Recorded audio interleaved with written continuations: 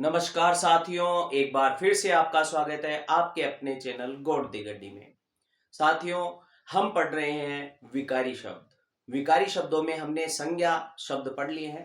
संज्ञा के 3 भेद हमने पढ़ लिए हैं। 2 भेद और थे, वो अन्य बताए जाते हैं, लेकिन वो मैंने नहीं समझाए थे। एक बार बता देता हूं। एक होता है द्रव्यवाचक और एक होता है समूह या समुदायवाचक। द्रव्यवाचक में ठोस, द्रव और गैस तीनों प्रकार के पदार्थ शामिल होते हैं। और समुदायवाचक में ऐसे शब्द जो एक समूह का बोध कराते हैं, जैसे टीम, जिसको हिंदी में कहते हैं दल, जैसे भीड़, जैसे लोग, ये सारे शब्द है वह समूह या समुदायवाचक में आते हैं। लेकिन ये दोनों ही भेद हमारे जातिवाचक संज्ञा जो है उसका जो उपभेद है, तो इसीलिए हमारे यहाँ 2 भेद ये नहीं पढ़ते हम। ये अंग्रेजी के जो है भेद माने गए हैं, हिंदी में ये नहीं है। कई विद्वान आजकल व्याकरण में जोड़ने लगे हैं। तो चलिए हम आज का टॉपिक पढ़ते हैं। यह है सर्वनाम। सर्वनाम ये शब्द बना है सबका नाम से। सबका नाम यानी एक ऐसा शब्द जो सबके नाम के स्थान पर प्रयुक्त किया जा सके, वह सर्वनाम कहलाता है। और ऐसा क्यों किया जाता है? क्योंकि मान लीजिए हम कोई कार्य कर रहे हैं और उस कार्य में या कुछ लिख रहे हैं, निबंध वगैरह, तो हम बार बार एक ही व्यक्ति का नाम थोड़ी बोलेंगे। मनीष आ चुका है, मनीष खाना खा रहा है, मनीष थोड़ी देर बाद जयपुर जाएगा, मनीष ऐसे करेगा। अपन बार बार मनीष शब्द का उपयोग नहीं कर सकते, क्योंकि इसे पुनरुक्ति जो दोष है वो पैदा हो जाएगा। पुनरुक्ति यानी बार बार रिपीट होएगा, तो एक अजीब प्रकार सा फील आएगा, वो दोष है। तो उस दोष को कम करने के लिए, और याद रखिएगा किसी भी रचना में से अगर दोष हटा दिया जाता है तो वह सुंदरता बढ़ जाती है, उसका प्रभाव बढ़ जाता है। तो इसलिए पुनरुक्ति दोष से बचाने का कार्य करते हैं, वो है सर्वनाम। अब सर्वनाम की परिभाषा देख लेते हैं। सर्वनाम की परिभाषा होती है संज्ञा के स्थान पर प्रयुक्त किए जाने वाले शब्दों को सर्वनाम कहते हैं। सर्वनाम के 6 भेद माने गए हैं साथियों। एक ही बार में याद करा दूंगा। संज्ञा के 3 थे, व्यक्तिवाचक, जातिवाचक, भाववाचक। और सर्वनाम के 6 हैं। 6 कौन कौन से हैं? पुरुष, प्रश्न, संबंध, निश्चय, अनिश्चय, निज। पुरुष, प्रश्न, संबंध, निश्चय, अनिश्चय, निज। याद कर लीजिए, पुरुष, प्रश्न, संबंध, निश्चय, अनिश्चय, निज। तो ये 6 भेद: पुरुषवाचक सर्वनाम, प्रश्नवाचक सर्वनाम, संबंधवाचक सर्वनाम, निश्चयवाचक सर्वनाम, अनिश्चयवाचक सर्वनाम और निजवाचक सर्वनाम। ये 6 सर्वनाम के भेद है। अब देखिए, सर्वनाम हालांकि कई कई पुस्तकों में अलग अलग क्रम से दिया हुआ है, हमें क्रम से कोई लेना देना नहीं, हमने सर्वनाम समझने का प्रयास किया है। तो इसीलिए अब ये सर्वनाम का जो किस प्रकार से हम समझते हैं, बहुत बार परीक्षाओं में आता है, यानी धुरंधर से धुरंधर जो पढ़ने वाला होता है वह भी इनको गलत करके आता है। तो देखिए, मैं दोनों तरीके से पढ़ाऊंगा। आपकी किसी भी कक्षा में आप पढ़ रहे हो तो काम आ जाएगा, साथ ही साथ प्रतियोगी परीक्षाओं में कभी देने जाओगे, जैसे अभी चतुर्थ श्रेणी भक्ति परीक्षा आई हुई है, उसको फॉर्म भरे हुए हैं, परीक्षा होने वाली है थोड़े दिनों बाद। उसके अलावा भी काफी सारे फॉर्म आए हुए हैं, उनमें भी काम आएगी। तो देखिए, पुरुषवाचक सर्वनाम, पुरुषवाचक सर्वनाम है, उसके 3 भेद माने गए हैं। पुरुषवाचक सर्वनाम के 3 भेद माने गए हैं। पहले इसकी परिभाषा देख लेते हैं, और परिभाषा से ही तीनों भेद बनेंगे। कैसे? देखिए, जिन सर्वनामों का प्रयोग, जिन सर्वनामों का प्रयोग कहने वाला या बोलने वाला, उसको कहते हैं वक्ता। सुनने वाला, सुनने वाले को कहते हैं श्रोता।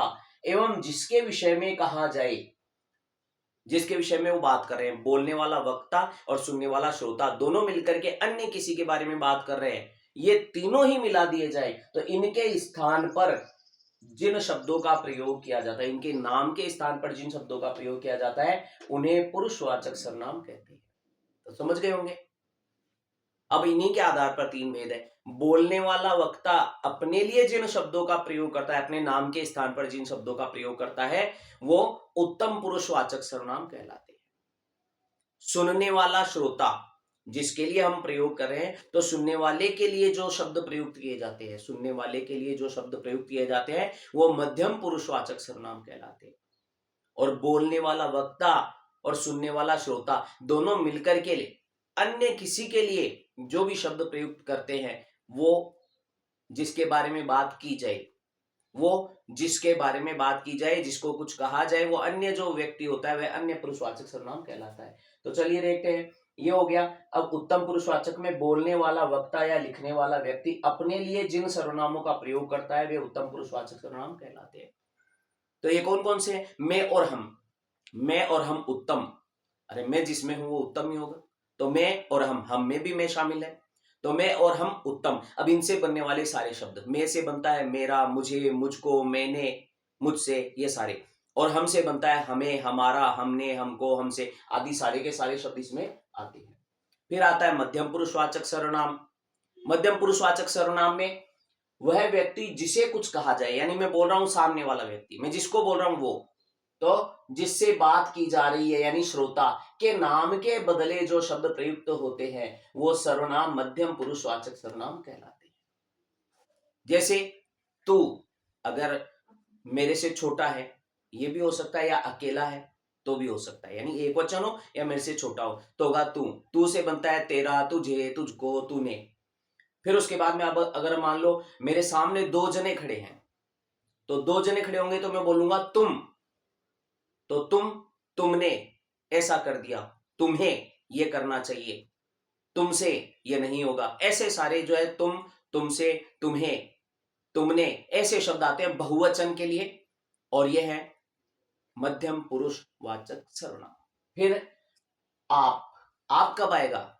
जब हमसे कोई बड़ा हो, सामने कोई जो खड़ा है वो बड़ा है, तो आप ये कीजिए, आप ये, आपने क्या किया, तो आप, आपने, आपसे, आपको, आपका, आपकी, ऐसे शब्द जहां भी प्रयुक्त होंगे वो क्या आएगा, वो वहां आ जाएगा आपके मध्यम पुरुषवाचक सर्वनाम। ये जो आप शब्द है ना, ये इसको डिफाइन आगे और करेंगे, क्योंकि ये आप शब्द दो तीन जगह प्रयुक्त होता है। देखिए मैंने यहां लिख भी रखा है आप विशेष रूप से, तो आप शब्द वो थोड़ा अलग तरीके से भी प्रयुक्त किया जा सकता है। फिर देखिए यहां पर ये मध्यम पुरुष के बाद अन्य पुरुष, जिसके बारे में बात की जाएगी, यानी मैं बात कर रहा हूं, इसको कर रहा हूं और मैं उसके बारे में बात कर रहा हूं, तो जिसके बारे में बात की जाए या कुछ लिखा जाए उनके नाम के बदले में प्रयुक्त होने वाले सर्वनाम अन्य पुरुषवाचक सर्वनाम कहलाते हैं। अगर मैं और मेरे से बात करने वाला दोनों मिलकर के हम पास में किसी अन्य के बारे में बात करें, पास में है, तो फिर आएगा वहां पर यह है। अगर वो पास में है, वो उनकी संख्या ज्यादा है, तो ये, यानी यह के अन्य शब्द क्या बनेंगे, इसे, यानी इसे ये सजा दी जाए, इसने ये कर दिया, इसको इस प्रकार से किया जाए, इससे, इसने, इसको, ये सारे शब्द क्या आएंगे, इसका, इसकी, ये एक वचन है, ये सब के सब अन्य पुरुषवाचक में। फिर है ये से बनता है बहुवचन, ये जो है वो बहुवचन है और अन्य पुरुष है। ये का बनेगा आपके इन्होंने, इन्होंने, इनको, इन्होंने, इनको, इनका, इनकी, ये सारे के सारे शब्द क्या होंगे, ये अन्य पुरुषवाचक सर्वनाम है जो कि बहुवचन के लिए प्रयुक्त होते हैं। फिर दूरस्थ, अगर कोई चीज दूरस्थ है, दूर में है, वहां पड़ी हुई, तो वहां पर अगर एक वचन है तो वह शब्द का आएगा काम में। जैसे उसे, उसने, उसको, उसका, उसकी, इस प्रकार से। फिर है वे आएगा, उन्हें, उनको, उन्होंने आदि शब्द। तो इस प्रकार से ये दूरस्थ अगर कोई है तो वह बहुवचन आएगा।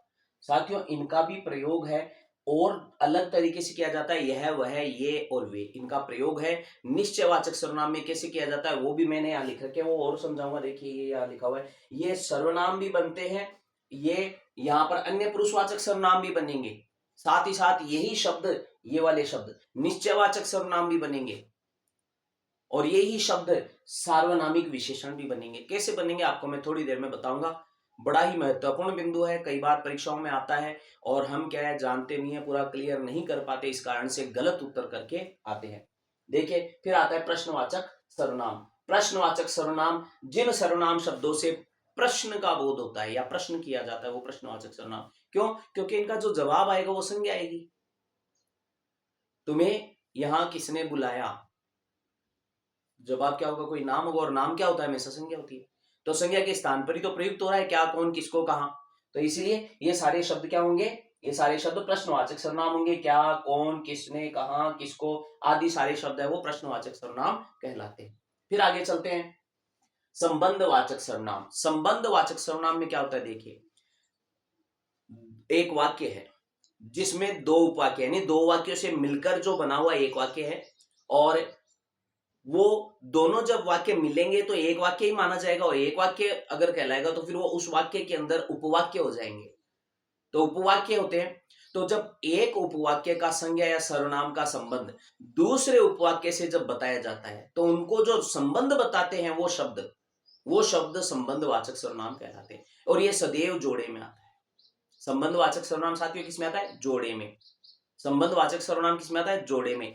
अब आगे जब हम पढ़ेंगे तो अविकारी शब्दों में भी एक शब्द आता है संबंध बोधक। वो क्या है, अव्यय है। संबंधवाचक तो है सर्वनाम और संबंध बोधक है वो है अव्यय। संबंधवाचक सर्वनाम जोड़े में आता है, जो कि जय शब्द से, ज वर्ण से जो है उत्पन्न होने वाले जितने से बनने वाले वो शब्द है वो सारे संबंधवाचक सर्वनाम में आते हैं। और वो जो आता है संबंध बोधक, वो जय शब्द से नहीं बनता है, वो रिश्ता अलग तरीके से बताता है। जब हम पढ़ेंगे वो समझाऊंगा। अभी ये पढ़ रहे हैं तो इसमें देखिए जोड़े में आएगा। कैसे आएगा, जिसे उसे, जिसने उसने, जिसकी लाठी उसकी भैंस, जो करेगा वो भरेगा, है। तो इस प्रकार के सारे जो शब्द आते हैं वो किस में आते हैं, संबंधवाचक। तो देखिए परिभाषा देखते हैं, दो उपवाक्यों के बीच में प्रयुक्त होकर एक उपवाक्य की संज्ञा या सर्वनाम का दूसरे उपवाक्य के साथ संबंध बताने वाले शब्दों को सर्वनाम, संबंधवाचक सर्वनाम कहते हैं। योजक शब्द जोड़े में आता है, ये रहा जिसकी लाठी उसकी भैंस, तो जिसकी और उसकी, यहाँ जो और वह। तो देखिए ये जय जय जहां है, ये वाला जय जय जय जय, ये सारे जो काले मार्कर से किए हुए हैं ये सारे के सारे संबंध वाचक सर्वनाम है। और ये जो इसका जोड़े वाला बाकी है इसको कहते हैं सह संबंधवाचक। सह का मतलब संबंधवाचक का साथी, संबंधवाचक सर्वनाम का ये क्या है, साथी है। तो समझ गए होंगे, ये जोड़े में जो आएगा वो संबंधवाचक सर्वनाम कहलाएगा। फिर देखिए निश्चयवाचक सर्वनाम। निश्चयवाचक सर्वनाम तो ये देखिए इसकी परिभाषा में, जो सर्वनाम निकटस्थ या दूरस्थ व्यक्ति या पदार्थ की ओर निश्चित संकेत करते हैं निश्चयवाचक सर्वनाम कहलाते हैं। यानी कोई वस्तु है जो पास में है या दूर है और उसकी ओर निश्चित संकेत करते हैं तो वो निश्चयवाचक सर्वनाम कहलाएंगे। कैसे कहलाएंगे, ध्यान से सुनिएगा। वो चीज की ओर संकेत ही करना चाहिए, चीज का नाम नहीं आना चाहिए। जैसे बाजार में गए और सब्जी की दुकान पे खड़े हैं, मम्मी ने आपसे पूछ लिया कि क्या खरीदें, तो आपने इशारा करके कह दिया यह ले लो, या फिर कह दिया वह ले लो, या फिर ये और ये ले लो। तो इस प्रकार से ये आपने नाम नहीं बोला, यह वह और ये सारे शब्द क्या हो गए अब यहां पर, ये है आपके निश्चयवाचक सर्वनाम, क्योंकि यहां पर चीज आगे नहीं आई। अब मान लो यह ककड़ी ले लो, तो यह के साथ ककड़ी जोड़ दिया ना, तब भाई फिर उसके बाद में वो सर्वनाम नहीं रहेगा, फिर तो वो विशेषण में चला जाएगा, संकेतवाचक विशेषण। समझ गए होंगे साथियों, यह है निश्चयवाचक सर्वनाम। फिर उसके बाद में चलते हैं अनिश्चयवाचक सर्वनाम। जिन सर्वनाम शब्दों से किसी भी वस्तु या पदार्थ के अनिश्चित होने का या अनिश्चय की स्थिति का बोध होता है। देखिए जिन सर्वनाम शब्दों से किसी ऐसे व्यक्ति या पदार्थ का बोध हो जिसके विषय में निश्चित सूचना नहीं मिलती हो, अनिश्चयवाचक सर्वनाम कहलाते हैं। जैसे दरवाजे पर कोई खड़ा है, दरवाजे पर कोई खड़ा है, दूध में कुछ गिर गया है, शायद मुझे किसी ने पुकारा है। अब किसी ने किसने पुकारा है पता नहीं है, अनिश्चयवाचक सर्वनाम हो गया। तो अनिश्चय की स्थिति करवाने का बोध करवाने वाले शब्द हैं वो सारे अनिश्चयवाचक सर्वनाम में कहलाते हैं। फिर देखिए निजवाचक सर्वनाम। अब आपको देखो जो ये अंतर है, देखो मैंने ये भी नोट किया यहाँ पर कि उत्तम पुरुषवाचक सर्वनाम और निजवाचक सर्वनाम में क्या अंतर है। तो अभी हमें परिभाषा याद ही करनी पड़ेगी। निजवाचक सर्वनाम की ये विशेषता है कि यहाँ स्वयं अपने लिए जिन शब्दों का प्रयोग वक्ता करता है, अपने लिए, अपने नाम के स्थान पर नहीं, अपने लिए। तो देखिए दोनों की परिभाषा अपन फिर से देखते हैं। बोलने वाला वक्ता या लिखने वाला व्यक्ति अपने लिए जिन सर्वनामों का प्रयोग करता है, यानी अपने नाम के लिए वो करेगा प्रयोग। यहाँ पर विशेष रूप से याद रखें अपने नाम के स्थान पर करेंगे, है ना। तो यहाँ नाम के स्थान पर जो प्रयोग करेगा तब तो होंगे वो उत्तम पुरुषवाचक सर्वनाम। और अगर अपने लिए जिन शब्दों का प्रयोग करेगा स्वयं के लिए, तो स्वयं खुद आप ही स्वतः है, ऐसे शब्द है वो निजवाचक सर्वनाम में आते हैं। तो देखिए ऐसे सर्वनाम शब्द जिनका प्रयोग वक्ता या लेखक स्वयं अपने लिए करते हैं निजवाचक सर्वनाम कहलाते हैं। मैं अपनी पुस्तक पढ़ रहा हूं। अब देखो मैं, ये तो क्या है, उत्तम पुरुषवाचक सर्वनाम, और अपनी, ये अपनी शब्द जो आया है वो है आपके निजवाचक सर्वनाम। तो स्वयं, खुद, स्वतः, आप ही, अपना, आदि। अब देखिए साथियों ये आप कहाँ कहाँ प्रयोग में आ रहा है, ये देखो आप यहां भी आ गया, निजवाचक सर्वनाम में भी आ गया। तो आप ही चला जाऊंगा, तो यहां पर तो देखो खुद के स्थान पर ही प्रयोग कर रहा है, खुद के लिए प्रयोग कर रहा है, स्वयं के लिए, तो आप ही हो गया। अब देखिए यहां पर ये और कहा आएगा, आप, ये रहा। तो यहां पर मैं क्या कह रहा हूं, आप चले जाइए, तो मैंने इनको कहा है सामने वाले को, तो सामने वाले को जो मैं कर रहा हूं अपने लिए नहीं प्रयोग किया मैंने, अपने लिए करता तो निजवाचक सर्वनाम होता, आप चले जाइए। इसका मतलब मैंने आपके स्थान पर तुम अगर कर सकता हूं प्रयोग, तो इसका मतलब वो तुम था, लेकिन सम्मान के कारण मैंने उनको आप कहा। तो तुम के स्थान पर अगर प्रयोग किया है तो वो हो गया आपके मध्यम पुरुषवाचक सर्वनाम। फिर उसके बाद में एक अन्य पुरुषवाचक सर्वनाम में भी कहीं बहुत कम, यानी एक ऐसा कोई रेयर ऐसा वाक्य होता है जिसमें हो सकता है, जिसे भी मैं एक वाक्य बोलता हूं, हमारे भारत के प्रधानमंत्री नरेंद्र मोदी हैं, आप इन दिनों पाकिस्तान को सबक सिखाने में लगे हुए हैं। अब बताइए क्या मैं अपने बारे में बात कर रहा हूं, क्या मैं सामने वाले के बारे में बात कर रहा हूं? नहीं, मैं अन्य के बारे में बात कर रहा हूं, और अन्य नरेंद्र मोदी जी हैं, प्रधानमंत्री जी हैं। अन्य अभी मेरे पास नहीं है, वो न तो वो उत्तम पुरुष में है, न यहाँ मध्यम पुरुष में, वो अन्य पुरुष जो अभी अन्यत्र हैं। तो इसलिए यहां पर क्या आएगा, यहां आएगा अन्य पुरुषवाचक सर्वनाम, आप इन दिनों। तो इस प्रकार से आप शब्द का प्रयोग है वह वाक्य में प्रयोग के अनुसार अर्थ देता है, और उसी के अनुसार सर्वनाम का भेद बनता है। तो इस प्रकार से साथियों ये सर्वनाम के भेद आपको समझ में आ गए। तो मैंने आपको क्या समझा दिया, देखिए आपका प्रयोग समझा दिया है, और जो सो को बता ही दिया है। ये तो क्या है, संबंधवाचक, और यह है सह संबंधवाचक, और यह ये वह वे, यह ये वह वे, ये क्या है, ये वास्तव में सर्वनाम शब्द है। ये क्या है, सर्वनाम शब्द है। कौन से वाले सर्वनाम शब्द हैं, ये निश्चयवाचक सर्वनाम में आते हैं। यह, ये, वह, वे निश्चयवाचक सर्वनाम में। कई जगह पर ये क्या करते हैं, ये अन्य पुरुषवाचक सर्वनाम बनते हैं। कहां बनेंगे, देखिए, इसे मैंने खरीदा है, इसे मैंने खरीदा है। अब बताइए इसे मैंने खरीदा, इसका मतलब ये निश्चयवाचक सर्वनाम आ रहा है, इसे मैंने खरीदा है, ये तो हो गया निश्चयवाचक सर्वनाम। अब वह, वह जा रहा है, अब यहां पर वह जा रहा है, ये कौन सा है, अन्य पुरुषवाचक सर्वनाम है। तो वाक्य प्रयोग के अनुसार इनका जो है भेद बनेगा।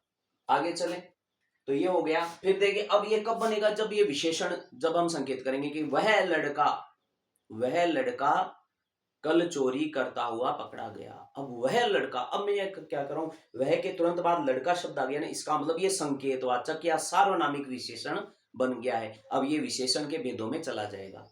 हम एक बार और इनको पढ़ेंगे, जब अगला टॉपिक विशेषण पढ़ेंगे और समझ लेंगे। साथियों बस याद रखिएगा कि जिस शब्द के बारे में हम बात कर रहे हैं वो वाला शब्द साथ में नहीं आना चाहिए। अगर वो साथ में नहीं है तो सर्वनाम है, अगर साथ में हो गया होते ही तो वो रूप बदल जाएगा, वो विशेषण में चला जाएगा।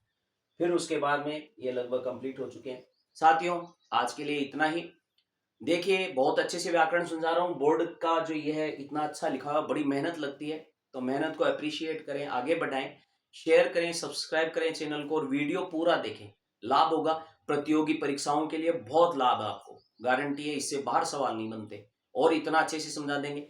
विकारी शब्द, अविकारी शब्द, ये हम पढ़ रहे हैं, अभी पहले विकारी पूरे करते हैं, फिर अविकारी करेंगे। थोड़ा समय लगता है क्योंकि बीच बीच में कक्षा 10 के वीडियो भी बना देता हूँ क्षमा कीजिए आप। तो आज के लिए इतना ही, धन्यवाद, जय सिया राम। स्क्रीनशॉट आप ले लीजिएगा।